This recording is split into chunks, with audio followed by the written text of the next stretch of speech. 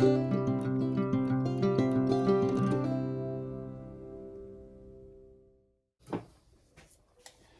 everybody, welcome to Smoky Mountain Iron Skillet.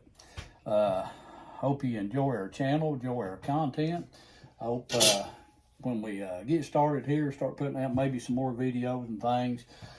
For those maybe just getting started in cast iron, maybe you'll learn a little bit about using cast iron, cooking with it, cleaning with it, things like that.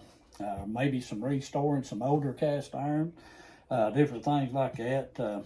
Just been talking about doing this for a little while. Just thought it'd be fun and something to kind of do. And my name's Keith, and me and my wife, we live here in East Tennessee. I grew up in Southwest Virginia, over in the hollers and the hills. And if you're from around over in there, a lot of people, you may know what I'm talking about when I'm saying the hollers and the hills. I mean, we live back in what a lot of people refer to the sticks. But us, our family, our kids, we all live here in East Tennessee. We're probably 30, maybe 25, 30 minutes from Pigeon Forge to Gatlinburg area, depending on traffic. We're right at the foothills of Smoky Mountain in one direction, Clinch Mountain in the next direction. We hope you enjoy everything that we try to do here as we get started. And if I sound like I'm babbling or anything, apologize for that, but I'm just talk plain who I am and all that. So don't try to talk fancy or change the way I talk or anything. We actually have a ministry website within us ministry, so kind of used to that, but just standing here and trying to talk to people and everything, doing videos, kind of getting something new to get used to. But we hope together you'll have fun. I enjoy it. I enjoy cooking with cast iron. Enjoy cooking, eating, period, if you can't tell that by now. So I hope you enjoy that. First thing we're going to do, we're going to get one thing out of the way. You see this shirt that I have on right here? I hope you can read it. It says, I don't use soap. Now, that don't mean I don't take a bath or I don't use soap when I take a bath. I take a bath once a month whether I need to or not. But what that actually means is, my daughter actually bought me a shirt, I think maybe last year for Christmas. The reason she bought that is I've always told them not to use soap in their cast iron. So, you see this little cast iron skillet here, this little Wagner skillet here, it's dated all the way back to early 1900s. And I grew up with my mom, my grandmas. Everyone used cast iron. You'd walk in a kitchen, you'd find cast iron skillets, pots on the stove, and most of the time, more than likely, there was food in those skillets. I was always told, and I always taught when I was growing up, do not use soap in your cast iron. That if you wash your cast iron skillet in soap, that it will start tasting like soap, and it'll get that flavor in it. Now, I know there's going to be some out there disagree with that, say, oh, I wash, my skillets with soap. That's fine. You do exactly how you want to do. This is just how I was always taught. And I've learned over the years that using cast iron, you get a lot of flavors, and there's a lot of flavors, and you can even smell cast iron.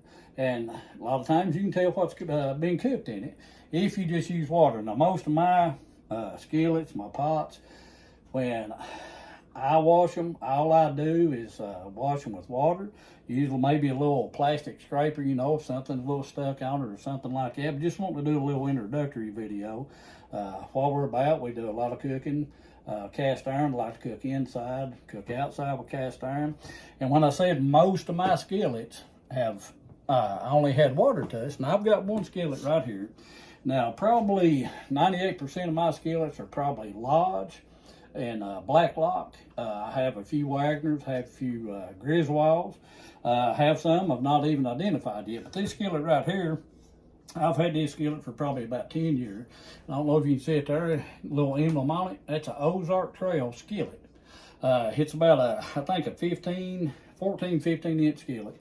And a lot of people look at skillets, well, that won't be no good. It's not a name brand, different things like that. Sometimes that can be the case on some, but for the most part, if you use them, you cook in them, they're going to get to where they cook just fine. Now, this skillet here, in 10 years, my daughter bought me a set of smaller skillet. One had a camp Dutch oven for camping, and this skillet right here, I thought, well, what am I going to do with that? So I started cooking cornbread in this particular skillet. You can see the inside, it's got a few marks in it where I've cut cornbread and things like that. But this particular skillet right here, has never, other than the first time I got it, I washed it out with water, and in 10 years, that skillet has not had a drop of water touch it. And some people, I can tell some people that, they'll, and just go to snarling their, mouth and all this, and that's gross and everything. Well, guess what? You can pick that skillet up, smells just like a pan of cornbread. I actually pride myself in knowing that skillet, all I do is just take a little towel, wipe it out, oil it a little bit, hang it back up on the wall, and I make sure I don't set it around water where there's not even a drop of water. So like I said, I pride myself in that skillet never being in water, and you pick it up, smells just like a pan of cornbread. So we've got all sorts of different kinds of skillets. We've got large, we've got some 17-inch. This here is a pretty massive lodge. This is a 17-inch lodge. Now you talking about cooking pretty much anything. If you want to cook meat and 5 pounds of potatoes and that thing, throw some meat in there, have at it. Plenty of room in it, cook all day long.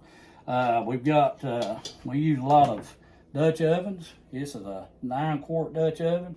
We make a lot of Cajun food, stuff like that in that.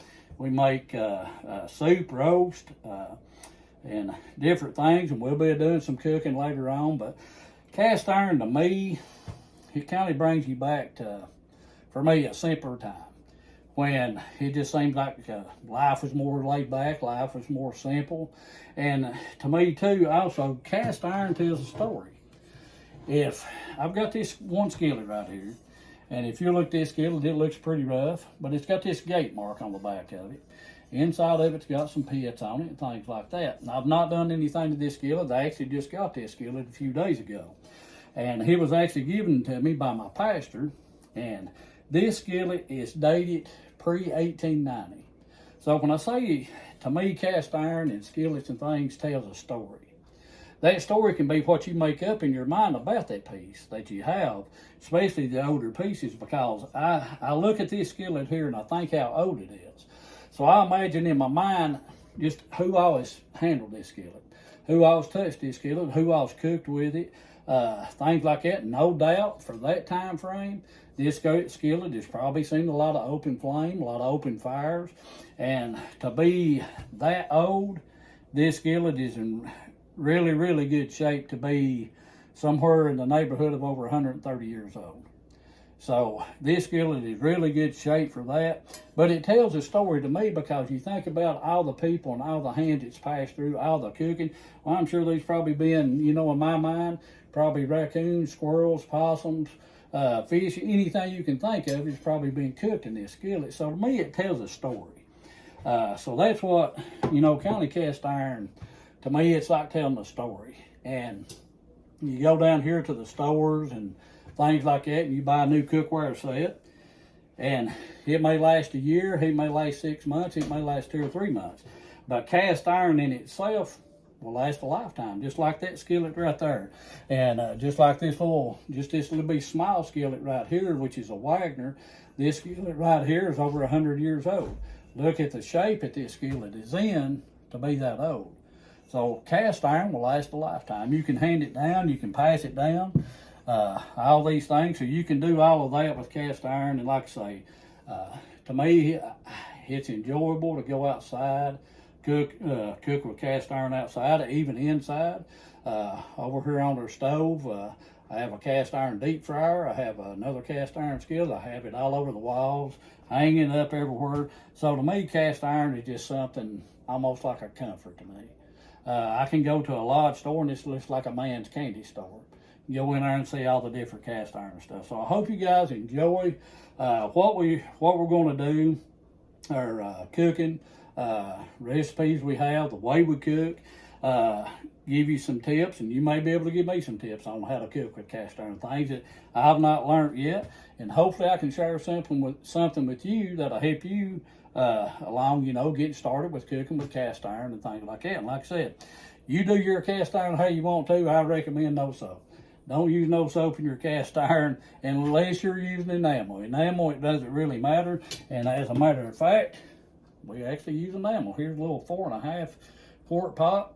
good for beans, small batches of chili, things like that. We have 7.5 quart pot up there, so there's all different sorts of cast iron. We have cast iron bundt pans. We'll be doing some cake baking, meatloaf, different things like that. The little cornbread sticks, the cornbread pone pans, and all that. So we have a variety of cast iron. But this video here is just kind of just an introductory to what we're doing, how we're going to do it. Hope everybody enjoys it. Hope you can learn something maybe. Maybe I can learn something. And together maybe we'll take and cook some food and make your tongue beat your brains out. So I'm just simple, and that's the only way I know how to put it. And that's, I just talk plain. I was told before I started doing videos, watch how I talk, watch what I say, all this. I'm just simple and plain, and that's how I'm going to be. What videos we make and the things that we do. So that's how we're going to try to do. I hope you enjoy it. And if you notice on my channel, on the name of it, it says Smoky Mountain Iron Skillet and G.F.F in parentheses.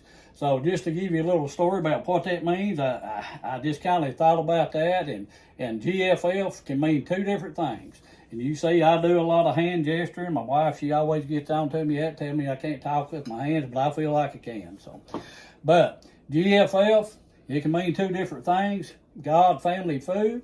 Or some cases, if you like me, sometimes you put it God, food, and family. So that'll be your choice how you want to use that and how you and all that. But we do hope you enjoy our channel. Look for more videos to come out. Hope you like, subscribe, share. And I just showed you a few things that I had here, but we'll be showing you different things that we have in all of our cast iron. We've got quite a few. We have them hanging up on the cabinets, the walls, and everything else. So we hope you enjoy our channel, and hope you come back and visit.